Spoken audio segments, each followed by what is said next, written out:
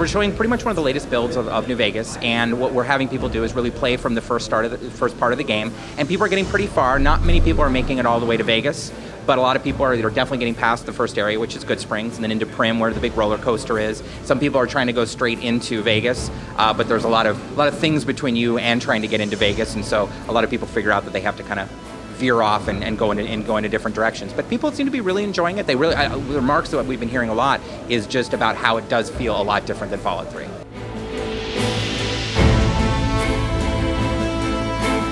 Obviously, when we started doing New Vegas, we wanted to put a bunch of new stuff in. So we've kind of mixed some stuff up.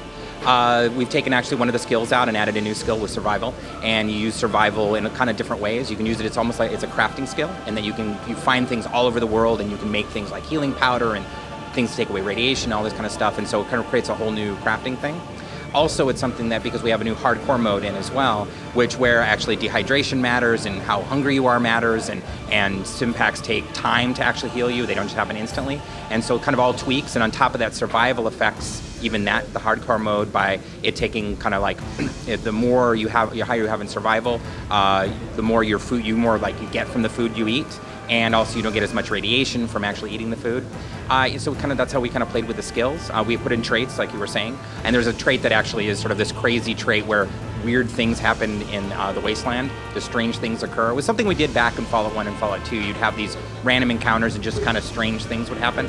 Sometimes we took it a little too far. We'd have Monty Python references, and I think we had a Star Trek shuttle crash, and they're not that crazy, but just kind of add something to it.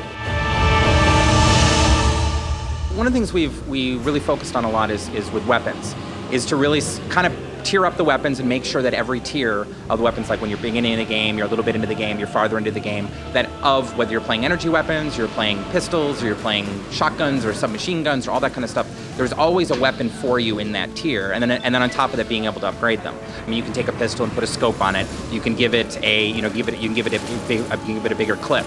You can put a silencer on it. You can make it more accurate. All these things. So it's a lot of times if there's this weapon that you really like, you can keep it for a longer period of time by putting weapon mods on it. And then even when you repair, you get to repair your modded weapon. It doesn't go away or anything like that. We wanted to approach it a little bit differently, and what we have now is we have skill magazines, which are a little different between the skill books, and the skill magazines are things that give you temporary bonuses. So it's now a little bit harder to find the skill books in the world, but you actually get more of a bonus when you do find them.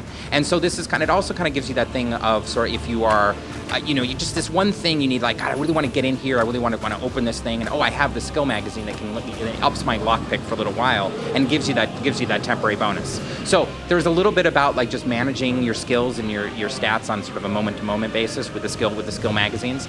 And then overall, we did want to be careful about having people really focus on things rather than becoming the master of everything.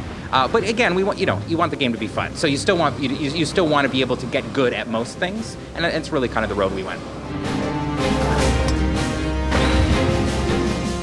So if there's anything that I would say was something that we kind of worked on in Fallout New Vegas that was sort of adding more or changing a little bit about Fallout 3, it was really adding in more quests.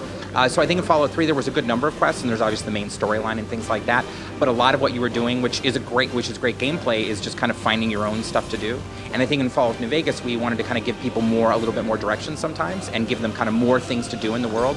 So we've added quite a few more quests that are in Fallout 3. Fallout New Vegas is coming out for the 360, PlayStation 3, and PC on October 17th of this year.